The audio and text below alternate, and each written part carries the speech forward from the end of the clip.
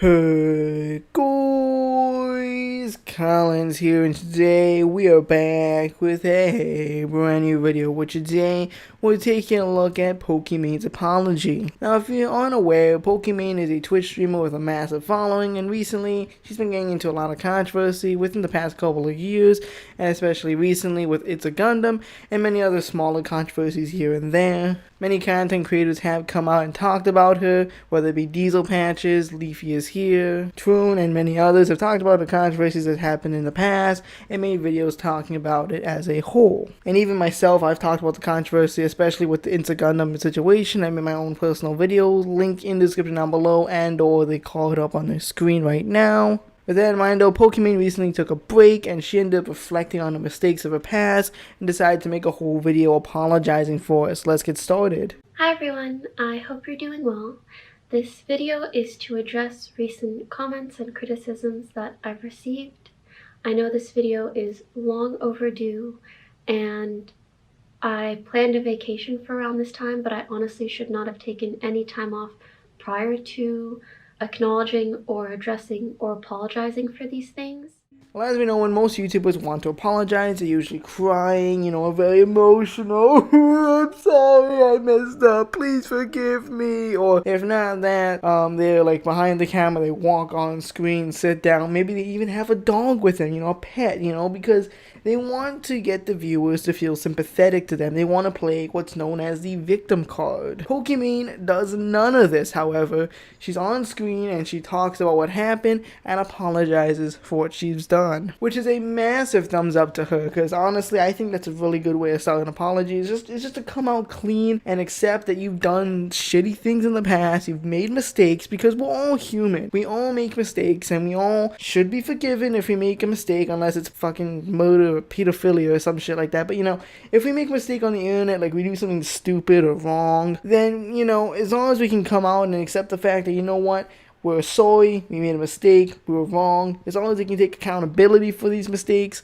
you should be forgiven. And in the case of Pokimane, she does take accountability. Firstly, there was an incident back at the end of 2018 where me and Keemstar had an argument over Twitter, and a YouTuber by the name of Boblox took screenshots of these tweets and then uploaded them kind of as an archive on YouTube.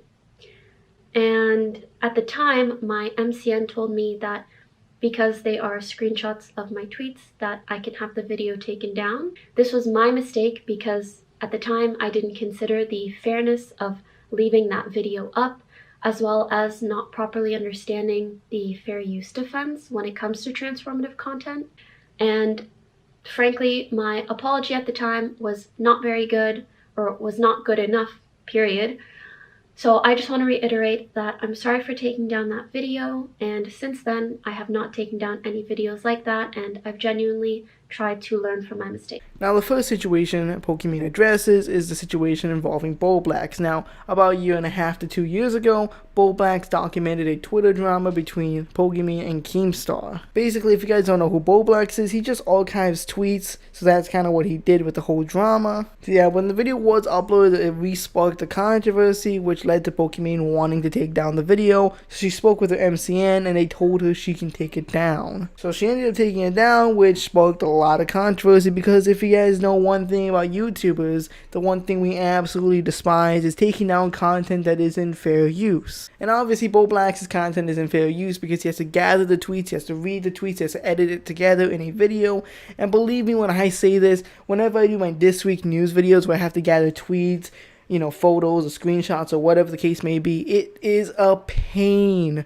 It's an absolute pain to gather all these screenshots and images. So imagine doing that for like 20-30 minutes, to add, fucking context to the, fucking controversy going on. I honestly really do respect Boblox's work. And Pokimane has addressed this situation in the past, however she addresses it more calmly and more collective in this video, and she apologizes for it. She adds more context and details and everything, and honestly I think she makes a fair apology in this segment. However, on the topic of taking down videos, Pokimane has also taken down multiple videos in the past involving her streams being re-uploaded to YouTube now. The person who was re-uploading it were, putting, inappropriate, thumbnails or inappropriate titles and tags, and that's something that Pokimane obviously didn't like. Alongside this, there's another incident that I frequently see people use clips of where I'm talking to someone about having their video removed. Anyways, I'll be taking down some of your videos, but yeah, I just hope you stop doing this.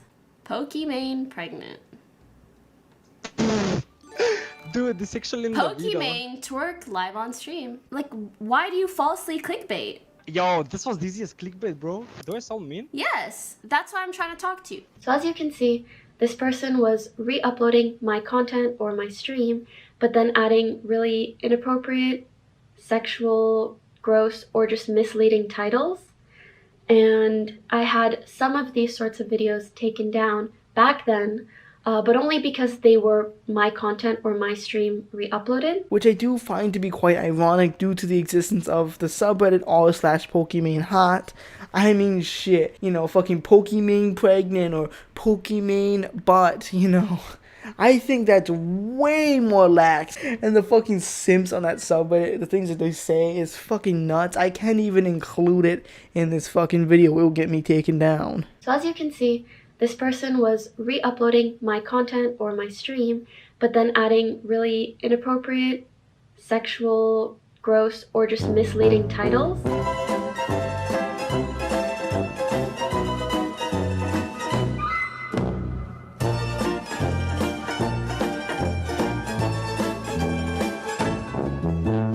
Now, Pokimane did end up making the claim where she never takes down, transformative or fair use content, which people have pointed out some contradictions towards. And at the time, my MCN told me that because they are screenshots of my tweets, that I can have the video taken down. But again, this does not all apply to if someone's talking about me or criticizing me. That is entirely their content. I would never touch it. Considering just earlier she mentioned how she took down Black's video, which was obviously in fair use. She even admitted it was in fair use. This was my mistake because at the time I didn't consider the fairness of leaving that video up, as well as not properly understanding the fair use defense when it comes to transformative content. And yeah, I mean, I don't really think it's a contradiction per se. I think she's just saying after that experience, she learned that, she doesn't take down content that, is in fair use and everything, the content that is transformative and everything. And she's only going to take down content that is in violation of her copyright. Which in this apology, she admits that she's told her MCN that she's only going to be taking down content that does violate her copyright, such as stream re-uploads. I stopped allowing my MCN to take down videos on my behalf. And the only exception nowadays is when, let's say for example, I do a cooking stream and I want to re-upload that cooking stream on my YouTube. Because my stream is public and my VODs are public, people can also take that same content and re-upload it at the same time. So only under those very specific and pretty rare circumstances am I kind of forced to take down the duplicate content of mine. Which is definitely fair. I mean, if you're gonna re-upload Pokimane stream to your channel, I mean, that's unfair to her because, obviously, you're basically making money or you're gaining views and clout off of someone else's hard work. Now, another thing that Pokimane does do is she reacts to content on stream, which a lot of people have called her out for. Now, in the apology towards the end, she does address this and talk about, how she has a tendency to pause the video or whatever. And she does show like a little montage of her basically pausing the videos and her fans getting annoyed by her, reaction or whatever.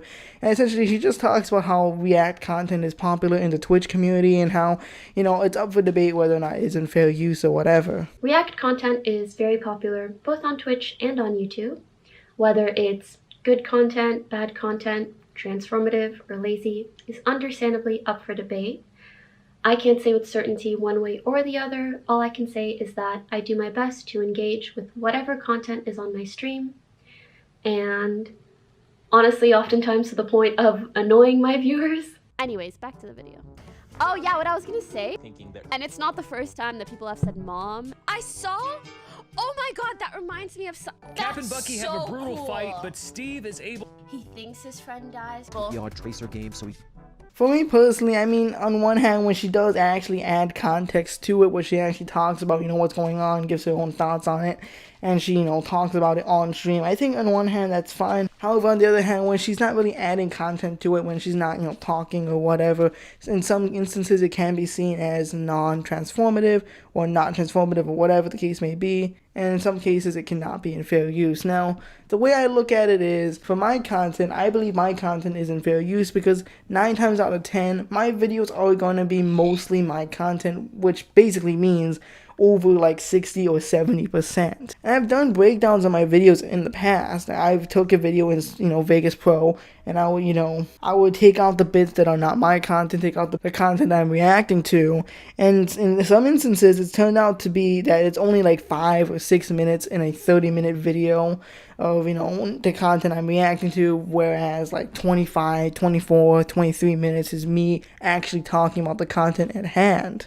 So yeah, I believe that my content is in fair use, and in terms of Pokimane's content, I haven't watched any of her streams at all. I've only seen clips of it, and based on what I've seen, and in some instances I can definitely say she's being transformative. She's, pausing the video and giving, her thoughts on it. She doesn't watch all the video all the way through. She, watches certain bits here and there, and that's another thing that, adds to the transformativity. Whenever I react to content, I cut out bits that I don't like, bits that aren't funny, or things that I don't have to comment on. A prime example is the whole Prince family video I just did like yesterday or the day before, whenever this video goes live. In that video, the original video that I reacted to was like 24-25 minutes long, and there were bits, where I'm watching the video, and this is what takes up the bulk of my reaction commentary videos, is me just sitting there watching the video, waiting to find something I can make a joke about or comment on. And there would be long stretches of time, like 2 or 3 minutes, where I can't find anything to talk about or comment about or make fun of. And then once I find something, I'll pause the video and make my own commentary. So those 2 or 3 minutes,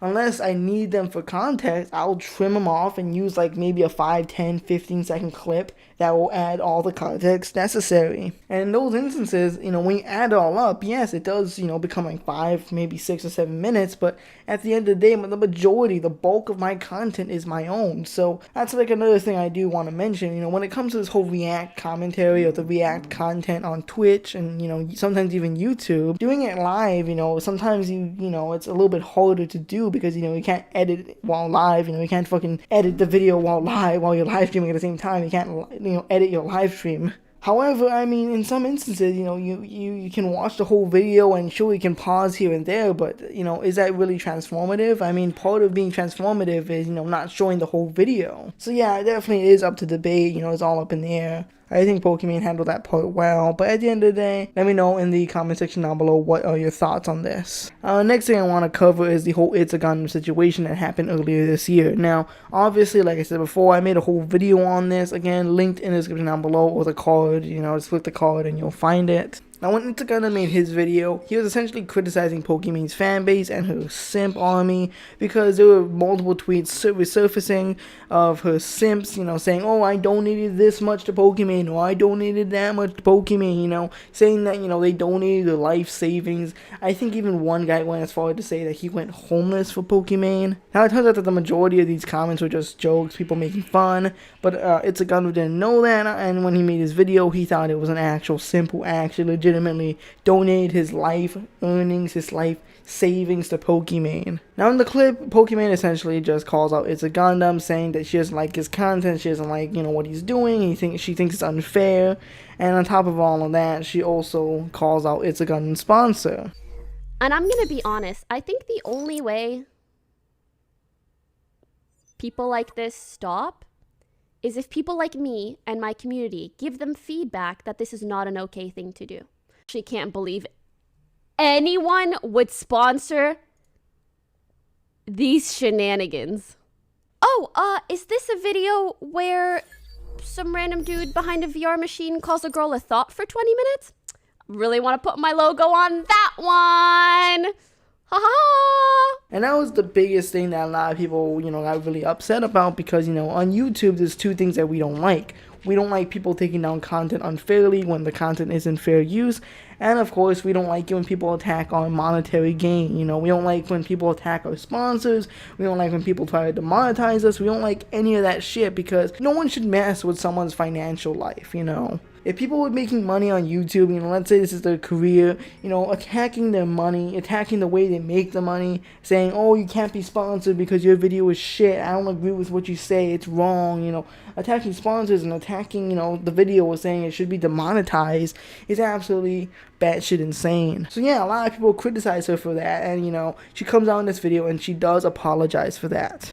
Secondly, there was a recent incident where I was on stream and I watched a video made by It's a Gundam. And I made some remarks that I shouldn't have and that I'm very sorry for. And I'd like to provide context and then apologize for what I said. And I think that's really mind-blowing is she doesn't just apologize to It's a Gundam. She even goes as far as to say she's sorry to the sponsor. And I must admit I reacted really poorly. This led me to making some comments questioning why the video was sponsored. But regardless of my opinion on the content, that's not okay. I want to sincerely apologize to both It's a Gundam and to the sponsor of that video for the remarks and comments that I made. Which is really surprising and shows me that maybe she has learned some things over time. But it's going the extra step to apologize to the sponsor as well. I mean, I don't know if it's just me, but I feel like that was, you know, it was a good thing. You know, I'm not saying it's wrong or anything. It was a really good thing, and it just goes to show that maybe she has learned a little bit over the whole course of this controversy. Now, even more so than just apologizing to It's a Gundam and his sponsor, she even goes the extra step to even say, you know what, if you're gonna donate lots of money, don't do it if you cannot afford it. Support yourself and your family first, and you know, after you can, you know, take care of yourself and your family, then maybe if you want to, you can donate. I also want to remind people that I, or any streamer, does not want you to donate if you can't afford it. Everyone should always take care of themselves and their families first. Which I think is really good because, you know, a lot of streamers out there, and I'm not gonna say names, but there has been a couple of streamers this past year that have come out and said you have to donate $5 to me. If you can't donate $5, then you shouldn't be watching my streams, you know. So I'm glad that Pokimane's taking the stance that, you know, if you can't afford to donate, that's fine. Just watch the streams and enjoy the content. And I think that's a stance that everyone should be taking. Because, yeah, not everyone can afford the $5 a month or afford the $5 donation per stream or whatever, you know. People can't always afford that kind of donations. If I ever set up like a PayPal or a Patreon or whatever, I wouldn't want anyone giving me money if they can't afford it, you know, especially during these times. So, you know, I definitely do have to say thumbs up. In fact, 2 thumbs up for Pokimane. Or should I say 2 out of 10 thumbs up. Now, the final few things she does mention in the video was talking about her looks and how people bully her for her looks or whatever, and how essentially she thinks it can, you know, lower people's self-esteem, and that's why she said she doesn't regret doing the whole no makeup streams or whatever. I've seen a lot of people talk about the way that I look recently. Just want to put it out there. I don't think I'm the prettiest person in the world, but I think that's okay. Everyone's entitled to an opinion. As an online personality or content creator, there's quite a lot of pressure to look perfect all the time. And I feel like it's created a bit of a culture that is really detrimental to the self-esteem of honestly just about anyone that has social media. I think it's kind of a low blow to bully someone for their looks. I mean, I try not to do that as often on this channel. Like, I don't really go after people's looks or their appearances. I more so go after their content and why I don't like it, and maybe poking fun at them here and there for the things they say and do. However, I try to stay away from, you know, saying, oh, Pokimane is ugly, yeah, she's an ugly bitch, bro. Like, no, I don't say that kind of shit here. Like, I try not to. Because quite frankly, like, what does that add to my argument? Oh, she's ugly? Yeah, so what? So who fucking cares? I mean, it adds nothing to an argument. It has nothing to do with the drama or whatever. And quite frankly, I mean, and to be quite honest, it is what it is. You know, if you find Pokimane to be attractive, that's perfectly fine. Me personally, I don't. And that's okay. Now, before we wrap up this video, let's talk about her personal life, as she does address it. I personally made the decision 7 years ago, or whenever I got into streaming, that I don't want my personal life to be a part of my content, and that's just what I'm going to stick by until I and whoever I'm dating at whatever time decide otherwise. For me, this also creates a healthier divide between my work life and my personal life. She's still taking the stance that she doesn't want anyone, you know, really talk about her personal life, which is definitely understandable. And personally, I've never really had an issue with her not mentioning her boyfriend or whatever. I just thought the whole meme around it was funny. Oh, Pokimane's tier 3 subs when they find out she has a boyfriend, you know.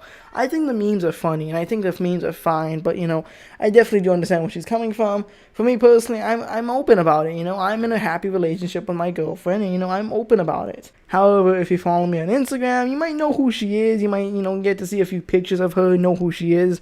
And so, yeah, transition out of the way. Social media links are in the description. I hope you guys did enjoy the video. If you did enjoy it, please make sure to like the video, subscribe if you're new, click the bell notification if you haven't already, and let me know in the comment section down below. Do you think Pokimane's apology was genuine? Do you think it was bad? Do you think it was good? What are your thoughts on it? Let me know in the comments section down below. That being said, though, my rating of her apology honestly might be a 6 or 7 out of 10, honestly. And honestly, at the end of the day, I mean, it is what it is. I think it's a fairly decent apology, and it's definitely an above average apology in terms of YouTube standards. I mean, have you seen the apologies YouTubers have made where they're crying like a little fucking baby because, oh, I'm a victim, oh, these commentary channels are calling me out for being a bad human. Yeah, no, fuck those assholes who trying to play victim. You fucked up, you have to take accountability for it. So I'm very glad that Pokimane did take accountability for all of this. So, with that being said, though, I, again, rate it like a 6 or 7 out of 10. It's definitely above average. Could be better, could be worse. That being said, though, hope you guys enjoy. Goodbye. And farewell.